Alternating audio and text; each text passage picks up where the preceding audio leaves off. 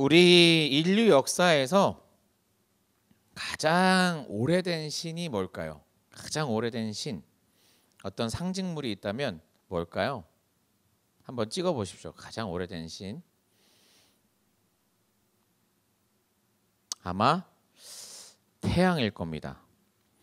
그죠? 왜 태양일까요? 태양 숭배는 전 세계적으로 아주 광범위하게 그냥 태양 숭배에 대한 개념이 없는 나라가 없다고 보셔도 됩니다. 그렇죠? 이집트에서 태양신은 어떻게 이름을 부르고 있어요? 라, 또 호루스 이렇게 말을 하잖아요. 그렇죠? 라 신의 아들 호루스 신. 이 그리스 신화에서 태양신은 뭐예요? 아폴로. 그렇죠? 그다음에 일본에는 일본의 일왕이라고 하는 덴노. 일본의 천황도 어떤 신이에요? 태양의 신인 그 여자 신. 태양의 여신이 낳은 아들이에요. 그러니까 태양신의 후예예요. 그죠? 이렇게 이 태양에 대한 이야기는 전 세계적으로 뭐 동서양을 막론하고 뭐 중국도 있어요. 중국의 황제들도 태양에서 왔다. 뭐 태양에서 태어났다 이런 신화들이 참 많습니다. 왜 태양에서 왔다고 할까요? 태양은 가장 강력한 힘을 상징합니다. 여러분 태양이 없이는 이 지구가 존재할 수 있어요, 없어요? 여러분 그 학교에서 뭘 배워요? 광합성을 배웁니다. 광합성이 돼야 이제 영양분이 나오고 또 산소도 나오고 또 그걸 통해서 그걸 먹고 동물이 살아가고 태양으로부터 오는 빛에 의해서 우리 인류도 살아가고 있습니다. 그래서 태양에 문제가 생기면 그냥 지구는 끝나는 거죠. 지금 우리가 이렇게 왜 이렇게 매일 덥다 그래요? 태양 이 열이 어디서 오는 거예요? 태양에서 오는 거죠. 태양에서 오는 이 열을 우리가 더 많이 받아들이도록 지구를 만들어 버려서 우리가 이제 상상할 수 없는 기후의 변화들을 만나고 있죠. 태양은 이렇게 강력하고 큰 힘을 가지고 있는 존재입니다. 슈퍼맨도 그 에너지가 어디서 와요? 태양에서 옵니다. 그래서 태양 광선을 쪼여야 슈퍼맨도 일을 할 수 있죠. 왜 이렇게 열심히 태양 하냐? 로마 시대도 마찬가지였습니다. 로마 시대는 왜 중요합니까? 예수님이 사역을 하시던 시대. 그리고 바울의 서신이 쓰여진 배경이죠. 로마 시대 때는 그러면 태양이 어떤 존재였냐? 로마 시대 때도 태양은 신이었습니다. 어떻게 신이었냐? 황제들이 신으로 매시던가 아니면 자기 스스로 태양의 신이라고 했어요. 어떤 황제는 태양신에게 제사 드리는 제사장을 이렇게 우대해서 그 제사장이 더 많이 권한을 가질 수 있도록 그래서 우리는 태양을 섬긴다 이런 분위기를 만들기도 했고 또 어떤 황제는 내가 곧 신이다. 내가 곧 태양이다. 라는 것을 이야기하는 그런 황제도 있었습니다. 아무튼 로마 시대 때도 이 태양의 존재는 매우 중요했어요. 그 흔적이 어디 남아 있냐? 일주일 중에 여러분 일주일 중에 첫째 날이 언제예요? 주일입니다. 그럼 일주일 중에 첫째 날 주일에 일. 그러면 왜 일요일이에요? 일요일은 주님의 날이죠. 그래서 일요일입니까? 일요일은 태양의 날입니다. 그럼 월요일은요? 오늘 무슨 모범생이 오신 것 같아. 고마워요. 월요일은 달의 날, 화요일은 불의 날이지만 불의 날이 아니고 화성의 날. 그 신들의 날인 거예요. 자, 태양이 얼마나 중요한지를 지금까지 계속 얘기하고 있는데 이 태양이 중요하다는 것을 모르는 사람은 없어요. 그리고 이 태양은 이 세상의 가장 강력한 빛으로 대변됩니다. 맞습니까? 그런데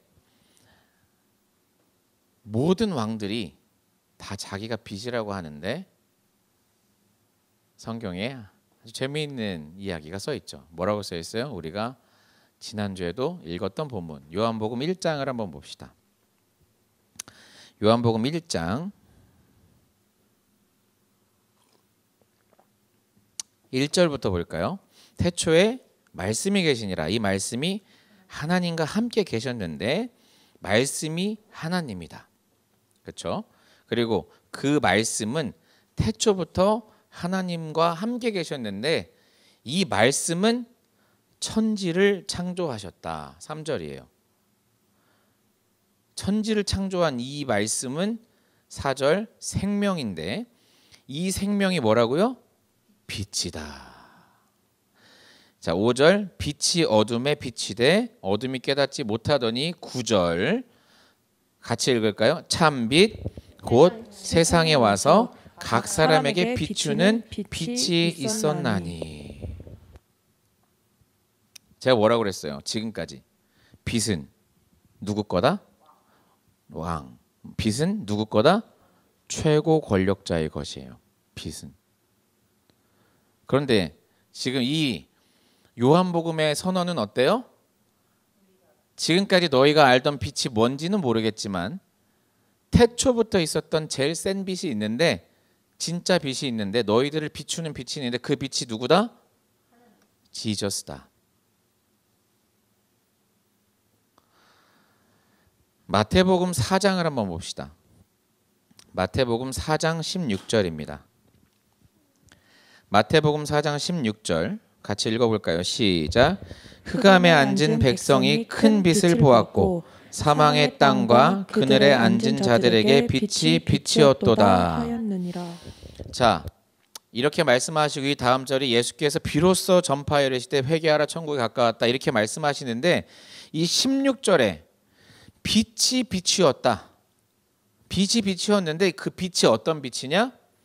흑암에 앉은 백성, 사망의 땅과 그늘에 앉은 자들.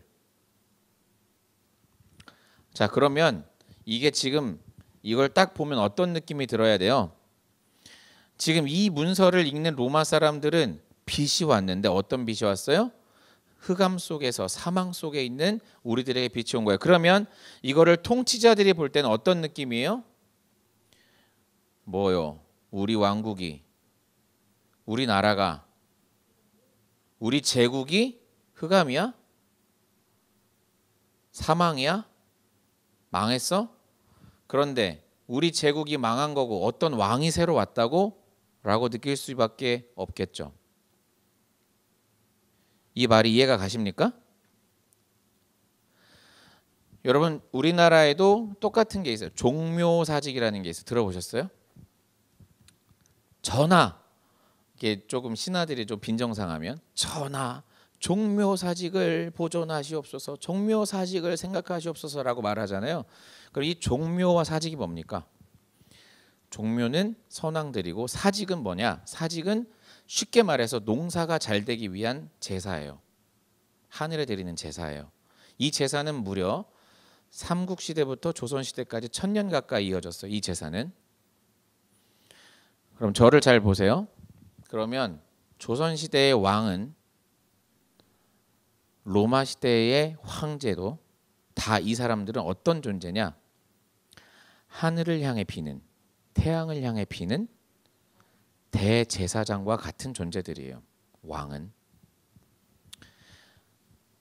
제가 지금 무슨 말을 하냐? 예수님의 출현은 마치 이런 거예요.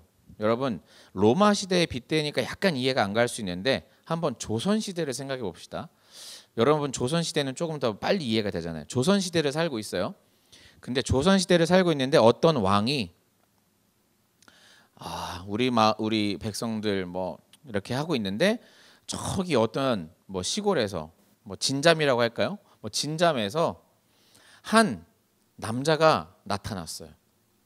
근데 흉흉한 소문이 돌기 시작해. 어떤 소문이? 그 남자가 바로 태양이더라.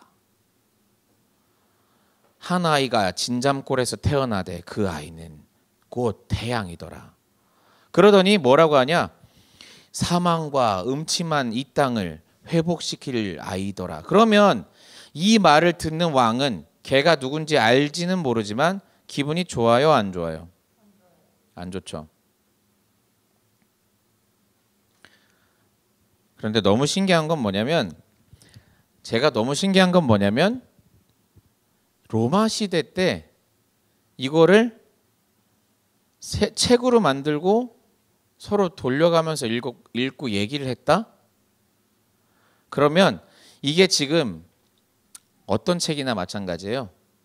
불온서적, 그죠? 읽으면 안 되는 책, 보면 안 되는 책이나 마찬가지예요. 여러분, 복음이란 단어를 한번 생각해 봅시다. 복음은 유앙겔리온이에요. 그런데 이 복음은 어떻게 전해졌어요? 복음이 뭐예요? 여러분, 복음이 뭐예요? 기쁜 소식이에요. 그러면 복음이란 단어는 로마 시대 때 어떤 말이었을까요? 복음이란 단어는 로마 시대 때 황제의 소식을 전하는, 전쟁의 소식을 전하는 아주 품격 높은 단어였어요. 예를 들면 황제가 새로 취임한다 하면 여러분 기쁜 소식이 있습니다. 유앙겔리온이 있습니다. 뭐예요? 새로 황제가 취임합니다. 여러분 기쁜 소식이 있습니다. 우리가 드디어 게르만족을 전쟁에서 승리하고 그 땅을 취했습니다. 이게 복음이에요. 그런데 이 마태, 마가, 누가, 요한은 이 복음이라는 단어를 어디다 써요? 감히 예수 그리스도의 죽으시고 부활하심에다가 이 단어를 씁니다. 그러면 이 단어를 여기다 썼다는 얘기는 어떻게 이야기할 수 있냐? 황제와 직접 맞짱을 뜨겠다는 얘기랑 같아요.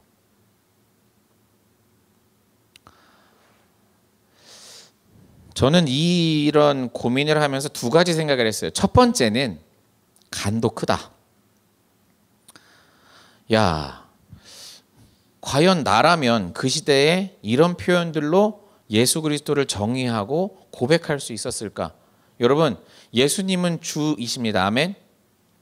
아멘. 크게. 예수님은 주이십니다. 예수님은 여러분의 주인이십니다. 예수님은 여러분의 왕이십니다. 예수님은 여러분의 구원자이십니다. 예수 그리스도가 죽으시고 부활하심이 여러분에게 복음입니다. 이 네 가지 단어는 전부 다 황제를 대적할 수 있는 말입니다. 그런데 그리스도인들은 이 시대에 이 말들을 거침없이 선포했어요. 그래서 제가 첫 번째 느낀 감정은 대단하다. 정말 이렇게도 할 수 있겠구나라는 느낌이었지만 제가 두 번째 생각한 첫 번째 마음과 함께 동시에 생각한 마음은 이겁니다. 예수님을 다른 말로 어떻게 표현할 수 있을까? 이것 외에, 이런 고백 외에 이 고백이 아니고서는 예수님을 표현할 방법이 없더라는 거예요. 아멘? 여러분 한번 같이 고백해 봅시다. 예수님은 우리의 주인이십니다. 아멘? 예수님은 나의 왕이십니다. 예수님은 나의 빛이십니다. 그렇게 고백하십니까? 옆에 사람 보고 한번 얘기해 주세요. 야, 예수님이 나의 주인이셔. 여러분, 더 아이러니한 것은 이 예수 그리스도가 죽으실 때 어떻게 죽으셔요? 십자가에 못 박혀 죽으시잖아요. 십자가에 못 박혀 죽는 사람들은 어떤 죄예요? 반역자잖아요. 그죠? 자, 요한복음 19장을 한번 볼까요? 요한복음 19장 19절입니다. 빌라도가 패를 써서 십자가 위에 붙이니 뭐라고 쓴다고요?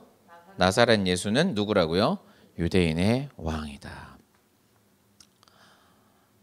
빌라도가 이렇게 썼다는 이유는 뭐예요? 여러분 기억하십니까? 빌라도가 아니 바라바를 죽이냐 예수를 죽이냐 할 때 사람들이 예수를 죽이라고 했어요. 그러니까 빌라도가 뭐라고 그래요? 나는 이 자에게서 아무 죄를 찾을 수 없다라고 손을 씻잖아요. 그죠? 그런데 그 빌라도가 예수 그리스도의 명패에다가 뭐라고 붙여요? 유대인의 왕이다. 그러면 빌라도가 할 수 있는 예수 그리스도를 향한, 예수님을 향한 최고의 선택은, 자기가 생각할 때 가장 합리적인 선택은 뭐였다는 거예요? 그가 유대인의 왕이라 했다 이거죠. 그런데 더 재미있는 것은, 이게 참 재미있고 아이러니한 것은 20절에 보면 유대인이 이 패를 읽는데 히브리 말과 로마 말과 헬라 말로 다 같이 기록을 해준 거예요. 그냥 이거를 공표를 해줬어요. 공표를. 유대인의 왕이라고 빌라도가 공표를 해줬는데 더 웃긴 것은 21절입니다. 21절에 뭐라고 하냐? 유대인의 대제사장들이 빌라도에게 이릅니다. 뭐라고요? 이거 쓰지 말고 자칭이라고 써라 했는데 저는 이 단어를 읽을 때 눈물이 나더라고요. 22절 빌라도가 대답하되 내가 쓸 것을 썼다. 여러분, 하나님은 그분의 뜻을 나타내기 위해 그가 악인이든 의인이든 상관없이 하나님의 뜻에 의해서 그 하나님의 역사는 이루어 가시는 줄 믿습니다. 내가 쓸 것을 썼다 하다. 내가 쓸 것을 썼다 하니라. 뭐예요? 야, 자칭 유대인의 왕이 아니라 유대인의 왕이라고 난 쓸 거야. 이게 빌라도의 의지든 의지가 아니든 상관없이 하나님께서는 예수 그리스도가 십자가의 죽으심과 부활하심으로 진정한 유대인의 왕이 되신 것입니다. 아멘. 제가 이게 왜 중요하다고 했어요? 로마를 전복시키고 그 현세의 왕이 되는 것은 아무 의미가 없어요. 왜요? 예수님이 한 100년 통치하시나요? 한 30년 통치하시나요? 예수님이 왕이 돼서 로마를 통치해본들 그 예수님이 나와 상관이 있어요? 아무 상관이 없는 사람이에요. 그런데 그 예수 그리스도가 죽으심과 부활하심으로 진정한 왕이 되셔서 우리 인생을 구원하시는 왕이 되셔서 예수 그리스도가 오늘도 우리의 삶 속에서 영향력을 끼치시는 것은 예수 그리스도가 물리적인 이 땅의 육체적인 왕이 아니라 우리 영혼을 구원하신 왕이 되셨다는 거죠. 맞습니까? 그래서 그 예수 그리스도가 진정한 빛이며 진정한 왕이신 줄 믿습니다. 이 예수님을 오늘 제가 어떤 표현에서 시작했어요? 예수님은 빛이다. 그래서 오늘 바울은 예수 그리스도가 빛이기 때문에 빛의 자녀인 우리도 빛으로 살아가야 한다라고 본문에서 말을 하고 있다고 했습니다. 바울은 그럼 예수님을 어떻게 만났습니까? 바울은 예수님을 어떻게 만났죠? 사도행전 9장 3절에 보면 사울이 다메섹으로 가는 길에 어떻게 만나요? 하늘로부터 빛이 그를 비춥니다. 바울은 빛이신 예수님을 만났어요. 너무 신기하지 않습니까? 예수님은 빛이신데 바울은 예수님을 빛으로 만났습니다. 여러분에게 예수님은 어떤 존재이십니까? 저 좀 보세요. 저 보세요. 여러분에게 예수님은 어떤 존재입니까? 슬퍼요? 예수님이 슬퍼요? 어두워요? 안타까워요? 어떤 존재예요? 여러분에게 예수님은 어떤 존재여야 합니까? 따라해 봅시다. 빛. 여러분에게 예수님은 어떤 존재여야 돼요? 따라해 봅시다. 예수님은 빛입니다. 여러분 그런 노래 있죠? You are my sunshine, my only sunshine. You make me happy when skies are gray. 너무 좋아하시는데요. 자, 이 노래 가사가 뭐래요? 당신은 나의 태양입니다. You are my sunshine. 당신만이. You are my only sunshine이죠. 그래서 그 선샤인이 나를 어떻게 해줘요? You make me happy. 어떨 때도. When skies are gray. 여러분, 사랑하는 연인이 있으면 그 연인으로 인해서 날씨가 굳어도 해가 뜬 것처럼 행복하대요. 여러분, 예수님으로 그렇게 행복하십니까? 예수님으로 그렇게 행복하십니까? 네. 이제 이 빛이신 예수님께서 우리가 어떤 인생을 살라고 하시는지를 이제 말씀하시는데 본문으로 돌아가 봅시다. 본문 에베소서 5장 8절입니다. 자, 에베소 5장 8절. 주 안에서 너희가 빛이니까 빛인 것처럼 빛으로서 빛의 자녀들로서 행하라 라고 하십니다. 라고 말씀하시면서 이제 자 9절 봅시다. 빛의 열매를 말합니다. 자, 따라해 볼까요? 모든 착함. 크게요. 모든 착함, 의로움, 진실함. 자, 착함, 의로움, 진실함. 이게 조금 어렵긴 한데 이 단어들이 어렵긴 한데 우리 예수님께서도 뭐라고 그랬어요? 너희는 세상의 빛이라. 등경을 발 아래 두지 않고 어떻게 해요? 산 위에 올려서 모든 마을이 보게 할 건데 어떻게 해요? 너희의 착한 행실을 보고. 자, 이것과 똑같은 말이 이 마태복음의 말씀과 똑같은 말이 너희가 빛인데 빛의 열매는 어떻다? 착함, 의로움, 진실함입니다. 자, 여기서 착함은 뭐냐? 모든 착함은 뭐냐? 아가도시네인데 이게 뭐냐? 이거는 사실은 착함이란 말보다 더 정확한 말이 있어요. 뭐예요? 양선. 여러분 성령의 열매 뭐 막 얘기하잖아요. 그 중에 양선이란 말이 있어요. 양선. 자, 그럼 양선이란 말의 뜻은 뭐냐? 쉽게 말하면 이겁니다. 양선이란 말. 양선은 선하다, 선하다, 참 선하다, 굿네스, 참 좋다, 참 선하다라는 말인데 양선의 원어적 의미는 선을 적극적으로 행하는 겁니다. 그러니까 아이고 수진이 착하다가 아니라 와 수진이가 예배를 드리러 왔네가 아니라 오 수진이가 참 적극적으로 예배를 드리네. 그죠? 똑같이 예배를 드려도 적극적으로 막 대답을 하면서 필기를 하면서 예배를 드린다. 그것이 양선의 개념입니다. 양선은 뭐예요? 그냥 선한 것에서 그치는 것이 아니라 그 선함이 내 삶 속에서 계속 드러나는 것. 적극적인 선함이 바로 양선입니다. 그래서 이 모든 선함이라는 것은 여러분이 삶에서 적극적인 선함을 나타내고 살라는 거예요. 두 번째는 뭡니까? 의로움입니다. 자, 이 의로움은 뭐까지 연결됩니까? 이 의로움이 바로 여러분이 칭의, 의롭다 하심을 입었다 할 때 그 의로움까지 연결이 돼요.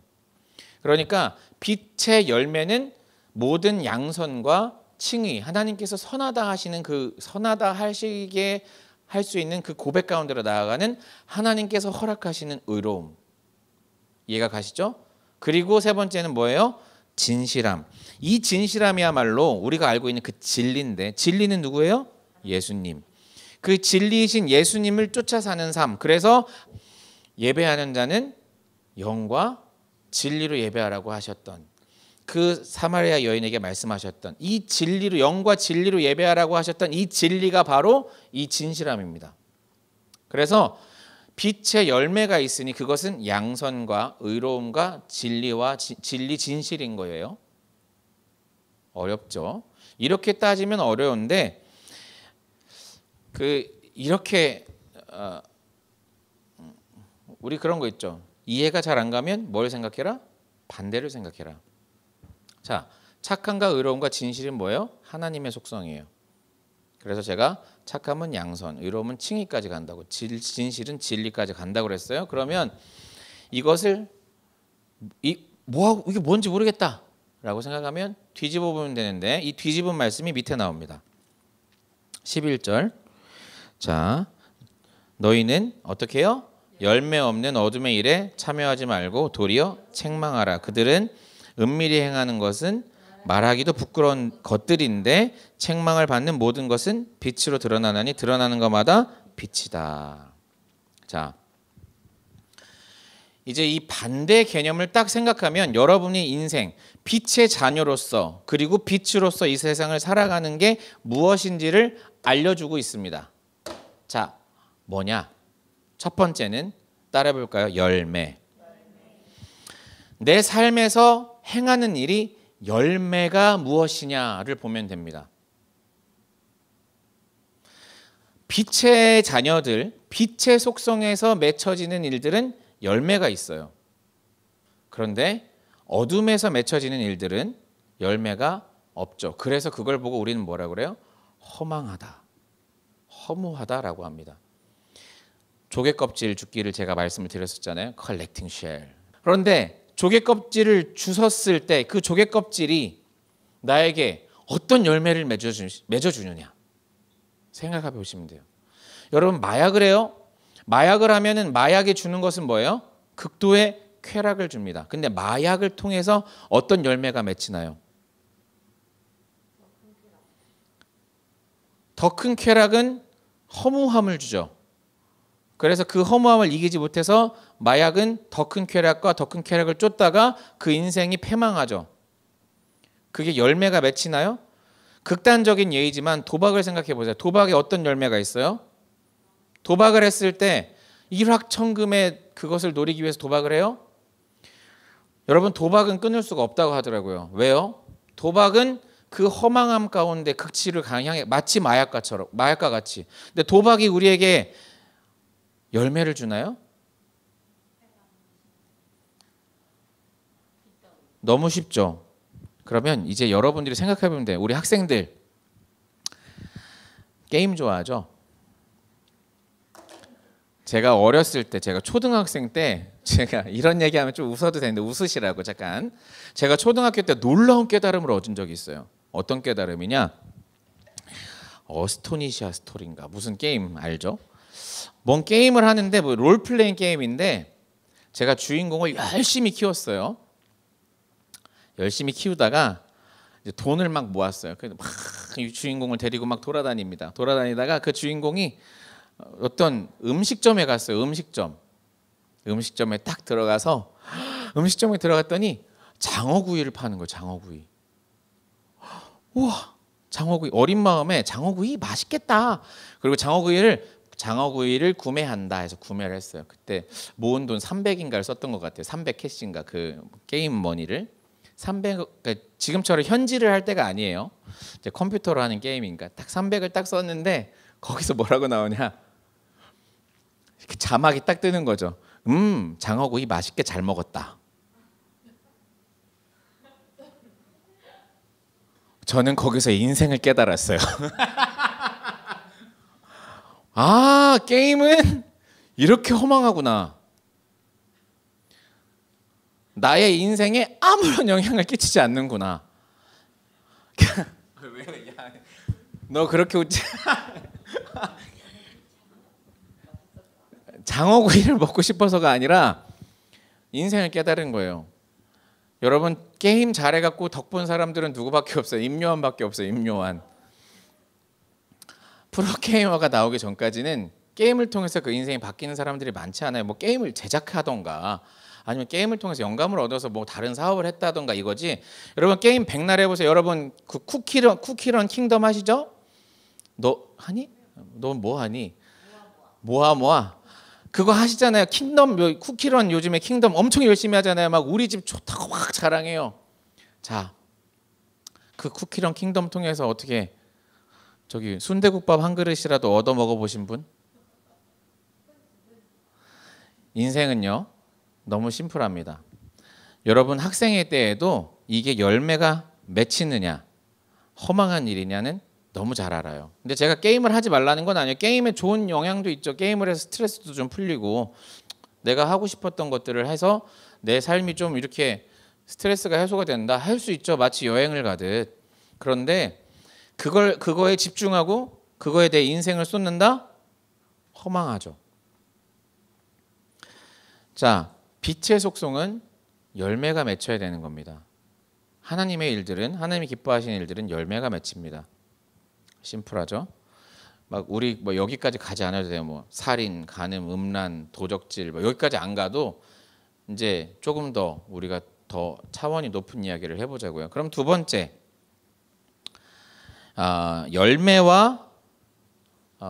열매보다는 이젠 조금 더 적나라한 이야기입니다. 자, 빛과 어두움에서 우리의 삶 속에서 우리가 행할 때 선택의 기준 두 번째는 뭐냐? 빛입니다. 빛.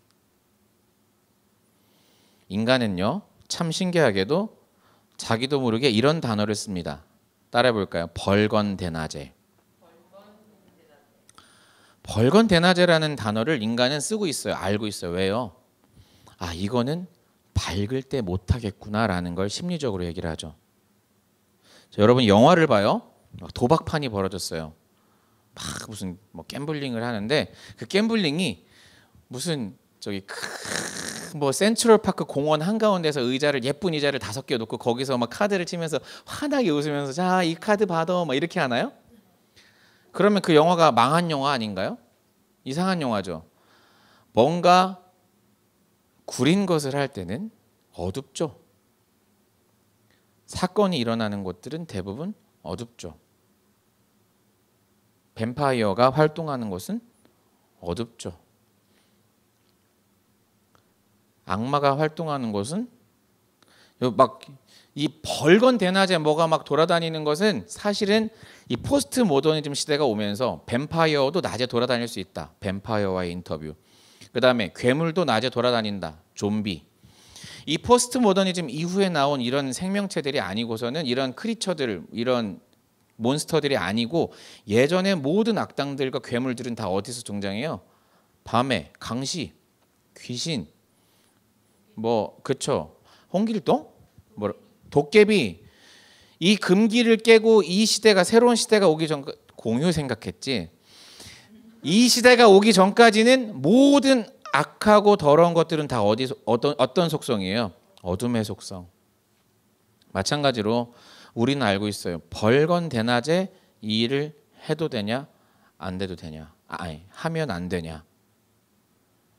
여러분 너무 심플하지 않습니까? 여러분 인생에서 야 내가 이 일은 해도 돼, 안 해도 돼라고 결정할 때 그 일이 열매가 맺히느냐, 그리고 그 일이 벌건 대낮에 할 수 있느냐라고 정의하면 너무 쉬운데, 그리고 이 벌건 대낮에라는 표현이 조금 더 에베소서는 조금 더 디테일하게 나옵니다. 자, 11절 볼까요? 11절.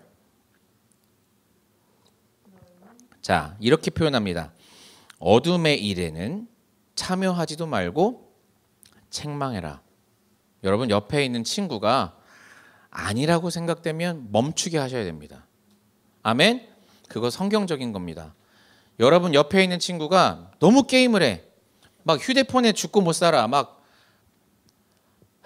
인스타그램, 유튜브, 승현아 유튜브 이거를 끊지 못하고 여기 하루 종일 매여 있다. 어떻게 해야 돼요? 책망해 줘야 됩니다. 그리고 관리해 줘야 됩니다. 그런데 이 책망하다라는 것은 사실 그냥 책망하다는 게 아니라 이것은 어떤 뜻이 있냐? 저 밑에 보면 13절 보면 어떻게 나와요? 빛으로 드러나는 것이에요. 여러분이 행하고 있는 악한 것들, 여러분 시기, 질투, 간음, 음란 모든 이 더러운 모든 속성들은 빛을 비추는 순간 어떻게 돼요? 아무것도 아닌 책망받을 만한 일이에요. 여러분 그런 경험 하십니까? 제가 얼마 전에 부동산을 뭐 이렇게 저희가 뭐 아파트 때문에 준비를 하는데 너무 이상한 아주머니가 막 말을 너무 함부로 하시는 거예요. 그래서 제가 참다가 아니 왜 이렇게 말을 함부로 하시냐 그러니까 이분도 이제 뭐요 너는 해가지고 막 이제 말씀을 막 해갖고 전쟁이 난 거예요. 자, 제가 생각할 때는 합당한 단어들을 썼고 합당한 말을 해서 그분과 말다툼이 조금 나온 것 같았어요. 근데 자, 그거를 그 대화를 제가 만약에 녹음해서 뭐 올해도 아니고 5분 뒤에 녹음해서 다시 듣는다. 와, 어때요? 뿌듯해요? 부끄럽죠. 엄마랑 싸워요? 엄마랑 자녀가 싸워요? 막 그때는 막 내 말이 맞는 것 같아서 막 싸웠어. 근데 만약에 그걸 녹음해봐요. 녹음해서 같이 엄마랑 자녀랑 싸울 때 한번 해보세요. 녹음해서 10분 뒤에 들어보세요. 야, 뭐 유민아 막 그러면서 와 엄마가 했던 얘기, 그리고 엄마는 어떻게 막 이렇게 했던 얘기를 5분 뒤에 딱 들어보세요. 자, 빛 가운데로 그 어둠의 일을 빛 가운데로 내놔보세요. 그 얘기 들을 수 있어요, 없어요? 미치겠죠. 막 이러죠. 이것이 바로 어둠의 속성입니다. 여러분 빛에 내놨을 때 너무 창피하고 부끄러운 것.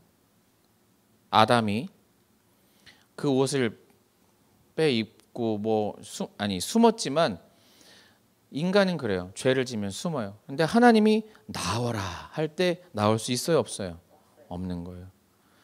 여러분이 삶을 살면서 내가 지금 하는 이 일을 백주 대낮에 누구에게나 공개해도 상관없는 이야기인가? 누구에게 공개해도 괜찮은 일인가? 그러면 그 일은 빛 가운데서 행하고 있는 일이죠. 비록 가끔 내가 어두움에 있거나 어려움에 있더라도 내가 빛 가운데 있는 것이죠. 한 가지 더 있습니다. 자, 12절 이렇게 말해요. 은밀히 행하는 것들은 말하기도 부끄럽다. 자, 이 말하기도 부끄러운 것, 지금 제가 한 이야기가 붙어 있지만 여러분이 했던 행했던 일들이 여러분 입으로 다시 고백했을 때 부끄럽지 않느냐? 너무 쉽죠? 이것이 바로 하나님이 기뻐하시는 삶을 어떻게 사느냐에 대한, 빛의 자녀로서 빛으로 어떻게 사느냐에 대한 이야기입니다. 첫 번째 뭐라고 그랬죠? 크게요. 첫 번째 열매. 다시 첫 번째, 두 번째 빛. 내가 살아가고 있는 내 삶이 열매 맺히는 삶이냐? 내가 살아가고 있는 이 삶이 누가 알아도 부끄럽지 않은, 내 삶을 빛으로 이렇게 조명해서 누군가가 내 삶을, 여러분 대선을 보잖아요. 대선 주자가 되는 순간 어떻게 돼요? 인생에서 살아왔던 모든 순간을 하나씩 다 조명받죠. 탁 후레쉬를 켜듯이 이 라이트를 땅 켜고, 자, 너 어떻게 살았어? 쫙 잘한 것보다 잘못한 것들을 다 골라내죠. 여러분, 하나님께서 우리가 마지막 때에 하나님 앞에 섰는데 후레쉬를 딱, 라이트를 딱 비춰서 너 어떻게 살았어 하고 쫙 비쳤을 때,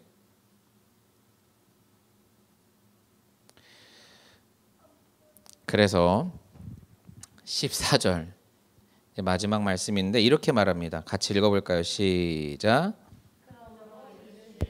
잠자는 자여 깨어서 죽은 자들 가운데서 일어나라. 그리스도께서 너에게 비추이시리라 하셨느니라. 아멘. 그리스도께서 우리를 비추십니다. 여러분, 제가 엊그제 대천을 갔는데 막 노을이 너무 멋있는 거예요. 대천 바다, 그러니까 보령에서 중계가 있었거든요. 그리고 이렇게 해가 딱 떨어지는데, 해가 또 여름이라고 그냥 해도 크고 막 얼마나 빨갛고 큰지 막 너무 예쁜 거예요. 이게 뭐 야 하고 해가 딱 졌는데 아이고 아쉽다 했는데, 해가 딱 떨어졌는데 이제 옆에 있는 PD님이 야 저기 봐 그러는 거예요. 딱 돌아섰더니 뭐가 있어요? 밝은 달이, 보름이 얼마 안 남았다고 둥그런 달이. 여러분, 우리가 스스로 빛을 낼 수 있어요, 없어요? 없어요. 우리는 빛이 아니에요. 그럼 지금까지 제가 이렇게 말한 것들 여러분의 힘으로 사실 돼요, 안 돼요?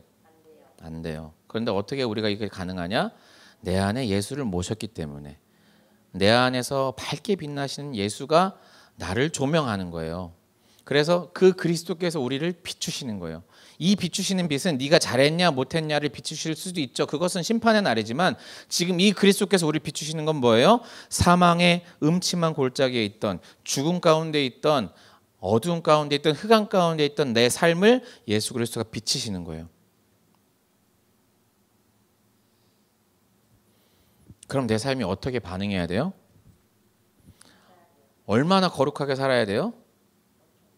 엄청나게. 저희 아이가 자의식이 생겼습니다. 축하해 주시는 건 감사한데요. 자의식이 생겼다는 말은 뭐예요? 때를 쓴다는 거죠. 때를 써요. 그런데 자 보세요. 아이가 때를 쓰는데 저희 아이는 좀 울음이 좀 짧아요. 자, 사랑아 자자. 너무 늦었어. 자자. 그러면 책도 읽고 싶어요. 동영상도 보고 싶어요. 그러니까 핑크퐁도 보고 싶어요. 노래도 듣고 싶어요. 막 장난감도 하고 싶어요. 막 해달라고 해요. 자야지라고 하는 순간 어떻게 돼요? 울죠. 울어요. 근데 울다가 뭐 한 1분 우나? 한 1분 울다가 지도 아니까 힝 하고 그냥 입을 뒤집어 쓰고 누워요. 자, 하나님이 원하시는 순종과 하나님이 원하시는 거룩한 삶이 뭐냐 할 때 저는 그거면 된다고 생각해요. 각 인간에게 원하는 기대치가 다 달라요. 하나님은 주관적으로 사랑하시잖아요. 근데 어떤 사람은 성인과 같아서 정말 순교의 열매 가운데로 나아가는 그런 인간도 있고, 어떤 사람은 잘 안 되지만 그냥 내일 더 재밌게 놀려면 자야 돼. 그게 너를 위한 일이야 라고 말할 때 싫어요 싫어요 싫어요 하다가 힝 하고 잠만 자줘도 너무너무 예쁜 존재가 이 안에 아마 많을 겁니다. 이건 무슨 얘기냐? 여러분, 하나님과 함께하는 삶을 너무 먼 얘기로 따지잖아요. 그럼 그렇게 못 살아요. 어마어마하게 거룩하게 사는 것은 우리 안에 일어나지 않아요. 어떻게 해요? 한 걸음 한 걸음, 아기가 크듯이, 아이가 성장하듯이 그냥 어제보다 조금 더 오늘 열심히 살아보면 돼요. 갑자기 40일 금식 기도 아니에요. 그냥 기도 안 했지만 오늘 아침에 무릎 꿇고 오늘은 식기도라도 해볼까? 밥 먹기 전에 눈이라도 감아볼까? 학교에서는 진짜 못하겠는데 그럼 이렇게라도 해보자. 그동안 기도 안 했으니까 오 주님 감사합니다. 맛있게 먹을게요. 이렇게라도 해볼까? 그럼 하나님 뭐라 그래요? 야 이놈아 기도 똑바로 안 해? 이렇게 할까요? 이쁘다 이쁘다 너무 예쁘다. 그게 자녀입니다. 그게 우리가 빛의 자녀로 살아가는 겁니다. 같이 기도하겠습니다.